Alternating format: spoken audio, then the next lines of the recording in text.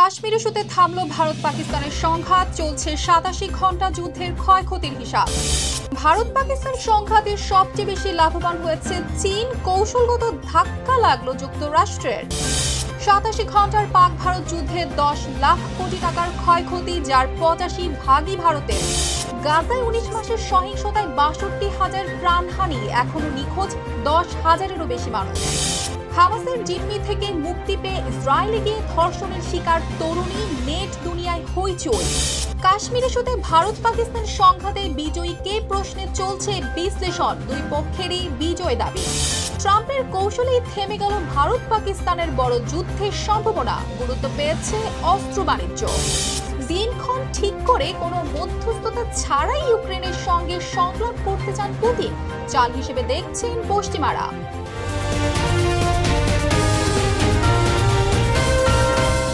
দর্শক, আমন্ত্রণ জানাচ্ছি RTV সপ্তাহের বিশ্বে, সঙ্গে আছে আমি অর্পিতা জাহান। ৮৭ ঘন্টার সংঘর্ষের পর থেমেছে ভারত পাকিস্তান সংঘাত।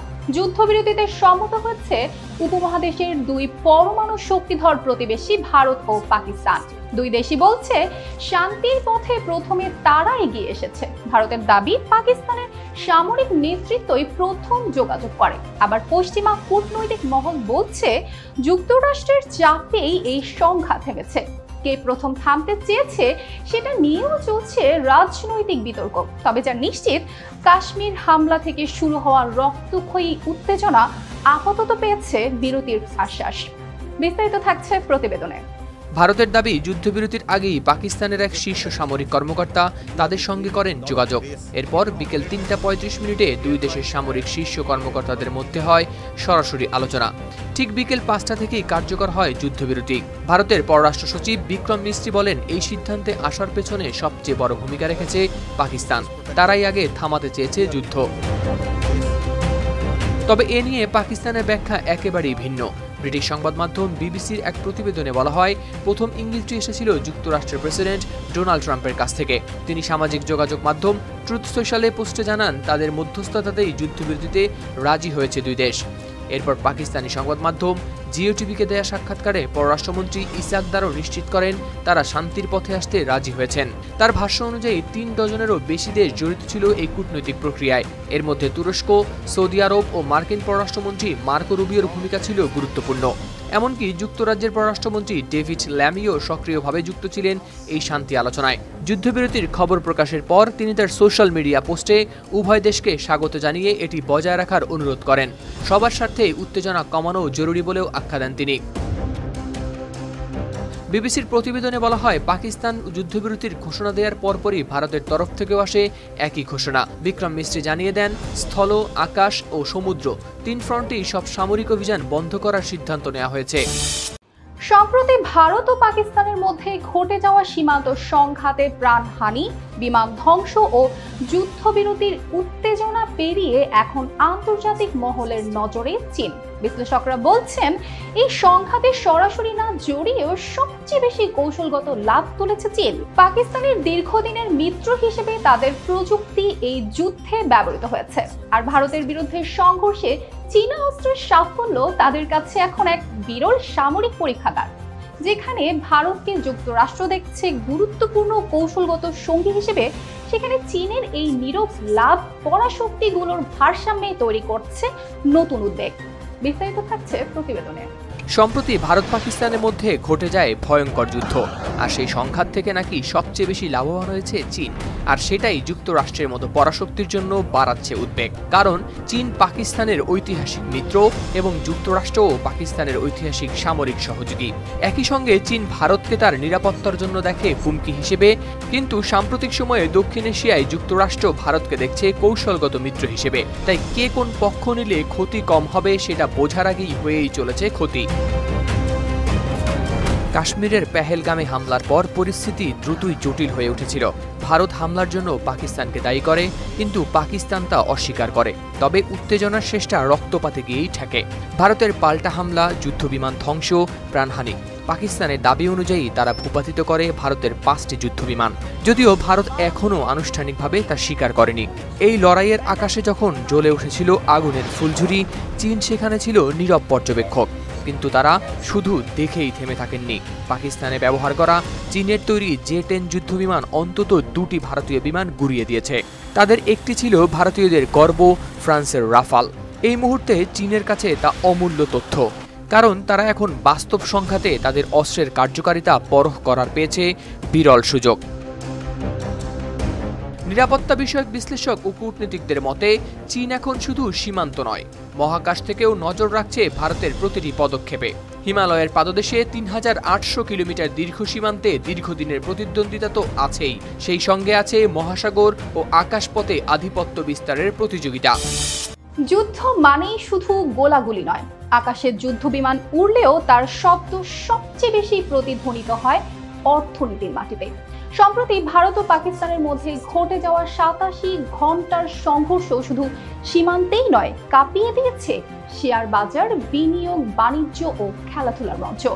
প্রতিটি ঘন্টায় গড়েছে $1 বিলিয়ন ক্ষতির রেকর্ড, যা মোট হিসাব দাঁড়িয়েছে প্রায় 10 লাখ কোটি টাকারও বেশি। যুদ্ধ থেমেছে, কিন্তু হিসাবের খাতা আজও চলছে। বিস্তারিত থাকছে প্রতিবেদনে।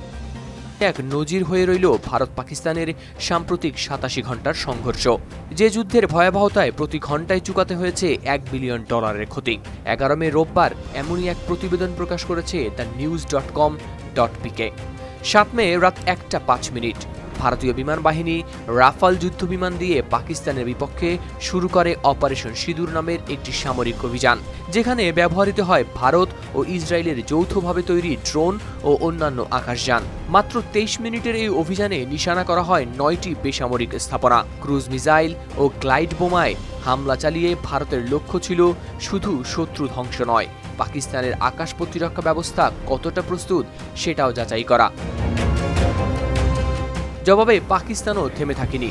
তাদের চীনা জে-10C যুদ্ধবিমান আর ইলেকট্রনিক ওয়ারফেয়ার সিস্টেম দিয়ে হানে পাল্টা আঘাত। আর এই প্রতিরোধের মধ্যেই বিশ্ব ইতিহাসে প্রথমবারের মতো যুদ্ধক্ষেত্রে ভূপাতিত হয় ফ্রান্সের তৈরি ভারতীয় রাফাল বিমান। এই কয়েক ঘন্টায় ভারত হারায় 12টি ড্রোন, 3টি রাফাল যুদ্ধবিমান। পাকিস্তান জানায় সব মিলিয়ে তারা ধ্বংস করেছে 25টি ভারতীয় ড্রোন।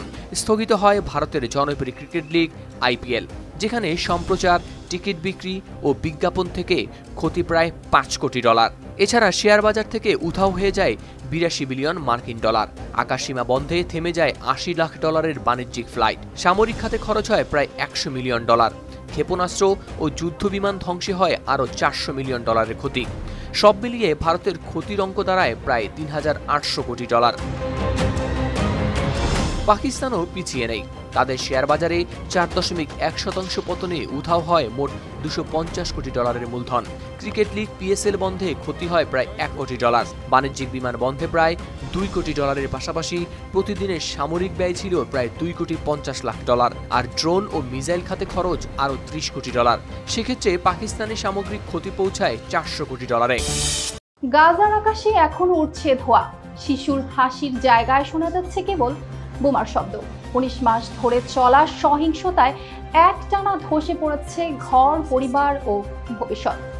লন্ডন ভিত্তিক মিডল স্ট্রিট মনিটর ও তুরস্কের রাষ্ট্রীয় সংবাদ সংস্থা আনাদুলুর বরাত দিয়ে জানায়, ইসরায়েল গাজার মাটিতে ফেলেছে 1 লাখ টনেরও বেশি বিস্ফোরক। প্রাণ গেছে 62,000-এরও বেশি ফিলিস্তিনির। এখনো নিখোঁজ 10,000-এরও বেশি মানুষ। এই সহিংসতা শুধু তাৎক্ষণিক ক্ষয়ক্ষতি নয়, বরং ছিল পরিকল্পিত। পুরো পরিবার নিশ্চিহ্ন হয়ে গেছে এমন সংখ্যা অনেক। বহুজনের নাম পর্যন্ত মুছে গেছে সরকারি নথি থেকে। বিস্তারিত থাকছে প্রতিবেদনে। লন্ডন থেকে পরিচালিত মধ্যপ্রাচ্য কেন্দ্রিক সংবাদ মাধ্যম মিডল ইস্ট মনিটর তুরস্কের রাষ্ট্র পরিচালিত সংবাদ সংস্থা আনাদুলুর বরাত দিয়ে জানিয়েছে, এই সময়ের মধ্যে বর্বর ইসরায়েল গাজার মাটিতে ফেলেছে 1 লাখ টনেরও বেশি বিস্ফোরক। বিস্ফোরণের ভয়াল শব্দের নিচে থেমে গেছে 62,000-এরও বেশি ফিলিস্তিনির জীবন। ধ্বংসস্তূপের নিচে চাপা পড়ে থাকা 10,000 মানুষকে এখনো খুঁজে পাওয়া যায়নি। কেউ জানে না তার আদৌ বেঁচে আছেন কিনা। সবচেয়ে ভয়ঙ্কর দিক হলো এই সহিংসতা ছিল পরিকল্পিত। দখলদার ইসরায়েলের বর্বর বাহিনী চালিয়েছে 12,000-এরও বেশি হত্যাকাণ্ড, যার 11,926টি ছিল ফিলিস্তিনি পরিবারের সদস্যদের লক্ষ্য করে। 2,000-এরও বেশি পরিবার মুছে গেছে মানচিত্র থেকে। এমনকি 6,350 জনের নাম পর্যন্ত মুছে গেছে সিভিল রেজিস্ট্রি থেকে, যেন তারা কখনো জন্মানেনি। গেল বৃহস্পতিবার গাজার সরকারি জনসংযোগ বিভাগ জানিয়েছে এসব তথ্য। অভিযানে গাজার কবরস্থানগুলোকেও করা হয়েছে টার্গেট। গাজার মাটিতে যারা শুয়েছিলেন চিরনিদ্রায়, রক্ষা পায়নি তাদের মরদেহ। ইসরায়েলি বাহিনী কবর থেকে চুরি করেছে 2300টি মরদেহ এবং হাসপাতালগুলোর ভেতরেও তৈরি করেছে 7টি গণকবর।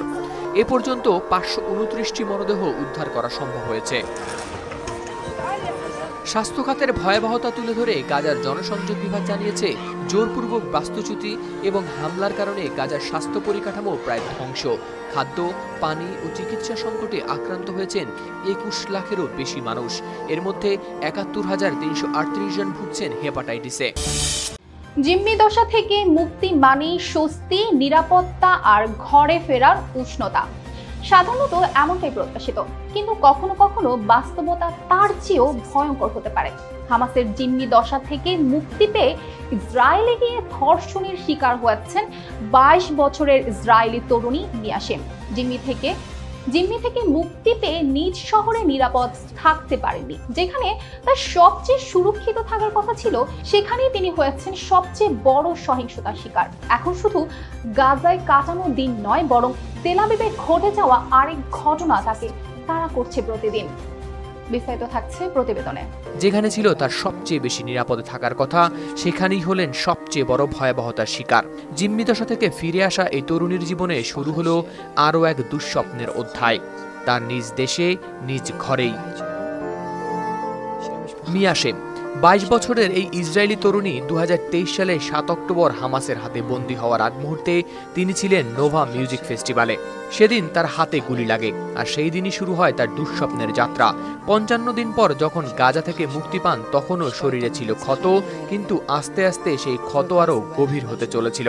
ইসরায়েলের দৈনিক পত্রিকা হারেৎজের প্রতিবেদনে জানা যায়, মুক্তি পাওয়ার কয়েক মাস পর মিয়া অভিযোগ করেন, তেল আবিবের একজন সুপরিচিত ফিটনেস ট্রেনার তাকে মাদক খাইয়ে তার অ্যাপার্টমেন্টেই করেন ধর্ষণ।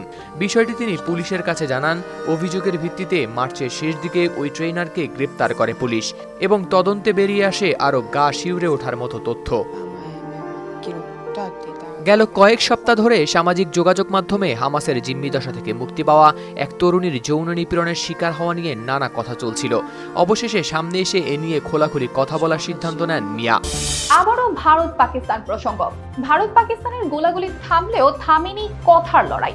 ভারত বলছে তারা জয়ী, পাকিস্তানও দাবি করছে তাদের পাল্টা জবাবেই থেমেছে সংঘাত। কিন্তু প্রশ্ন হচ্ছে, যুদ্ধের ময়দানে কি দুই পক্ষই জিততে পারে? সম্প্রতি জম্মু ও কাশ্মীরের পেহেলগামের সন্ত্রাসী হামলার পর ভারত ও পাকিস্তানের সংঘাত থামলেও দুই দেশের মধ্যে বিজয়ী নির্ধারণে চলছে নানা প্রচারণা ও প্রোপাগান্ডা।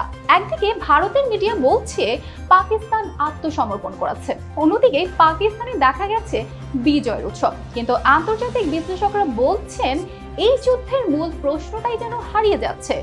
বিস্তারিত থাকছে প্রতিবেদনে। সম্প্রতি জম্মু কাশ্মীরের পেহেলগামের সন্ত্রাসী হামলার ঘটনায় আঘাত পাল্টা আঘাতে রূপ নেয় সামরিক সংঘাতে। পরিস্থিতি এমন জায়গায় পৌঁছায় যে যুক্তরাষ্ট্রের মধ্যস্থতায় দুই দেশ শেষ পর্যন্ত যুদ্ধবিরতিতে রাজি হয়। এর মধ্যে ভারতীয় একটি সংবাদ মাধ্যম শিরোনাম করে, পাকিস্তান আত্মসমর্পণ করেছে। ভারতের প্রতিরক্ষা মন্ত্রী রাজনাথ সিং বলেন, সাম্প্রতিক হামলার পর পাকিস্তানের বিরুদ্ধে নেওয়া সামরিক পদক্ষেপ সন্ত্রাসবাদের বিরুদ্ধে ছিল শক্ত বার্তা। অন্যদিকে ইসলামাবাদে ছিল বিজয়ের উল্লাস, রাজপথে মানুষ নেমে আসে। প্রধানমন্ত্রী শাহবাজ শরীফ সেনাবাহিনীর প্রশংসা করে বলেন, পাকিস্তানের যুদ্ধবিমান যেভাবে ভারতের অস্ত্রগুলোর জবাব দিয়েছে তা ইতিহাসে থেকে যাবে। তবে দুই পক্ষের এই জয় দাবি সত্ত্বেও ক্ষয়ক্ষতির তথ্য নিয়ে তারা অনেকটাই নীরব। পাকিস্তানের দাবি, তারা ভারতের 5টি যুদ্ধবিমান ধ্বংস করেছে, যার মধ্যে রয়েছে 3টি ফরাসি প্রযুক্তির রাফাল। কিন্তু ভারতের পক্ষ থেকে কোনো ক্ষয়ক্ষতির কথা স্বীকার করা হয়নি। এ বিষয়ে আন্তর্জাতিক মাধ্যম CNN এর প্রতিবেদনে বলা হয়, পাকিস্তানের দাবি করার সময় ভারতের ভেতরই 2টি যুদ্ধবিমান বিধ্বস্ত হয়েছিল। এমনকি ফরাসি গোয়েন্দা সূত্র জানিয়েছে একটি রাফাল সত্যিই ভূপাতিত হয়েছিল পাকিস্তানের হামলায়। ভারত অবশ্য পাল্টা হামলার প্রমাণ দেখিয়ে নতুন কিছু স্যাটেলাইট ছবি প্রকাশ করেছে। সেখানে দেখা যায় পাকিস্তানের একাধিক সামরিক ঘাঁটিতে রানওয়ে ও রাডার ব্যবস্থা ক্ষতিগ্রস্ত হয়েছে। ভারতের প্রতিরক্ষা কর্মকর্তারা বলছেন এটি তাদের পাল্টা বিমান হামলার ফল। এদিকে যুদ্ধবিরতির কৃতিত্ব নিয়েও চলছে কূটনৈতিক দ্বৈরথ। পাকিস্তান খোলাখুলি যুক্তরাষ্ট্রকে ধন্যবাদ দিলেও নয়াদিল্লি বলছে এই সমঝোতা হয়েছে দুই দেশের সরাসরি আলোচনার মাধ্যমে। ট্রাম্প শুধু রাজনীতিবিদই নন, একজন ঠোঁটকাটা আত্মবিশ্বাসী ও বেপরোয়া ব্যবসায়ী। হোক বৈঠক কিংবা টুইট, যেখানেই থাকেন না কোনো কিছু ঘটিয়েই ছাড়েন। কিন্তু এবার তার এই নাক গলানো হয়তো রক্ষা করেছে লক্ষ্য প্রাণ। ভারত পাকিস্তানের মধ্যকার উত্তপ্ত পারমাণবিক পরিস্থিতিতে হোয়াইট হাউস থেকে করা তার হস্তক্ষেপেই থেমে যায় যুদ্ধের সম্ভাব্য বিস্ফোরণ। তার দাবি এটি ছিল এক তাৎক্ষণিক কূটনৈতিক চুক্তি, যার মূল অস্ত্র ছিল ব্যবসা। বিস্তারিত থাকছে প্রতিবেদনে। ভারত ও পাকিস্তান, যে দুটি প্রতিবেশী দেশের মধ্যে গরমে দপদপ করছিল সীমান্ত, গর্জন করছিল যুদ্ধবিমান আর পারমাণবিক বোমা, সেই উত্তপ্ত পরিস্থিতিতে হোয়াইট হাউস থেকে ট্রাম্প এমন কিছু বললেন যে যুদ্ধের আগুন পানিতে পরিণত হলো। কিন্তু প্রশ্ন হলো, তিনি কিভাবে করলেন এটা? ফোনে হুমকি, না ব্যবসার লোভ দেখিয়ে, নাকি কূটনৈতিক ম্যাজিক? ট্রাম্প জানান তার প্রশাসন দ্রুত মধ্যস্থতা করে ভারত ও পাকিস্তানের মধ্যে তাৎক্ষণিক যুদ্ধবিরতি নিশ্চিত করেছে। জানান তিনি একটি পারমাণবিক সংঘাত থামিয়েছেন, যেখানে লক্ষ লক্ষ মানুষ মারা যেত যদি না তিনি হস্তক্ষেপ করতেন। তিনি বলেন, আমরা প্রচুর সহায়তা করেছি, বলেছি চলো আমরা আপনাদের সঙ্গে প্রচুর ব্যবসা করব, কিন্তু এর আগে এটা থামাও। এই বাণিজ্য ভিত্তিক চাপ ছিল তার কূটনৈতিক কৌশলের মূল অস্ত্র। ট্রাম্প দাবি করেন, আমি এমনভাবে বাণিজ্যকে ব্যবহার করেছি যেভাবে মানুষ সাধারণত করে না। তিনি ভারত ও পাকিস্তানের নেতৃত্বকে কৃতজ্ঞতা জানিয়ে বলেন, উভয় দেশের সরকার সংকটের গুরুত্ব বুঝে শক্তিশালী ভূমিকা নিয়েছে। তার সহকারীদের ভাইস প্রেসিডেন্ট জেডি ভ্যান্স ও পররাষ্ট্রমন্ত্রী মার্কো রুবিওকেও ধন্যবাদ জানান তিনি। ৩ বছর ধরে চলা রুশ ও ইউক্রেন যুদ্ধ যেন এখনো জ্বলছে বারুদের আগুনে। প্রাণ হারিয়েছে হাজারো মানুষ, ভেঙে পড়েছে শহর, গুড়িয়ে গেছে ভবিষ্যৎ। ঠিক এমন এক সময় যখন ইউরোপীয় নেতারা কিয়েভে দাঁড়িয়ে আহ্বান জানাচ্ছে যুদ্ধবিরতির, ঠিক তখনই রাশিয়ার প্রেসিডেন্ট ভ্লাদিমির পুতিন দিলেন এক অপ্রত্যাশিত প্রস্তাব। তিনি চাচ্ছেন ইউক্রেনের সঙ্গে সরাসরি সংলাপ। সময়সীমা ঠিক করে দিয়েছেন 15 মের মধ্যেই। বিস্তারিত থাকছে প্রতিবেদনে। গেল শনিবার গভীর রাতের এক ভাষণে পুতিন বলেন তারা সত্যিকারের আলোচনায় আগ্রহী, যেখানে সংঘাতের মূল শিকড় তুলে ফেলে শান্তির পথ তৈরি হবে।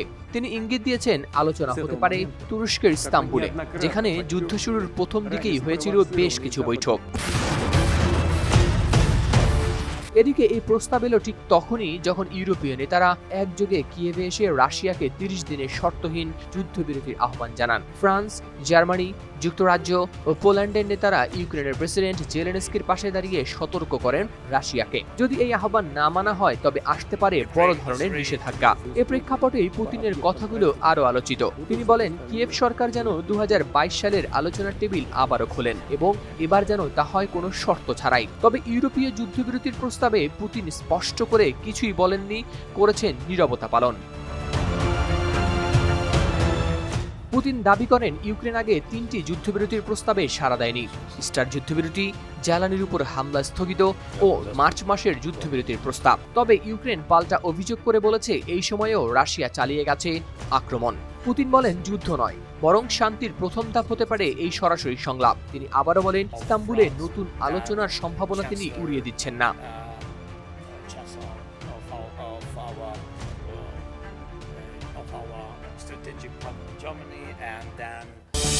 দর্শক, সপ্তাহের বিশ্ব এই পর্যন্তই। শেষ করার আগে শিরোনামগুলো জানিয়ে দিব আরো একবার। কাশ্মীর ইস্যুতে থামল ভারত পাকিস্তানের সংঘাত, চলছে 87 ঘন্টা যুদ্ধের ক্ষয়ক্ষতির হিসাব। ভারত পাকিস্তান সংঘাতে সবচেয়ে বেশি লাভবান হয়েছে চীন, কৌশলগত ধাক্কা লাগলো যুক্তরাষ্ট্রের। 87 ঘন্টার পাক ভারত যুদ্ধে 10 লাখ কোটি টাকার ক্ষয়ক্ষতি, যার 85 ভাগই ভারতের। গাজায় 19 মাসের সহিংসতায় 62,000 প্রাণহানি, এখনো নিখোঁজ 10,000-এরও বেশি মানুষ। হামাসের জিম্মি থেকে মুক্তি পেয়ে ইসরায়েলে গিয়ে ধর্ষণের শিকার তরুণী, নেট দুনিয়ায় হইচই। কাশ্মীর ইস্যুতে ভারত পাকিস্তান সংঘাতে বিজয়ী কে প্রশ্নে চলছে বিশ্লেষণ, দুই পক্ষেরই বিজয় দাবি। ট্রাম্পের কৌশলেই থেমে গেল ভারত পাকিস্তানের বড় যুদ্ধের সম্ভাবনা, গুরুত্ব পেয়েছে অস্ত্র বাণিজ্য। দিনক্ষণ ঠিক করে কোনো মধ্যস্থতা ছাড়াই ইউক্রেনের সঙ্গে সংলাপ করতে চান পুতিন, চাল হিসেবে দেখছেন পশ্চিমারা। দর্শক, এই ছিল সপ্তাহের বিশ্বে। এতক্ষণ সঙ্গে থাকার জন্য ধন্যবাদ।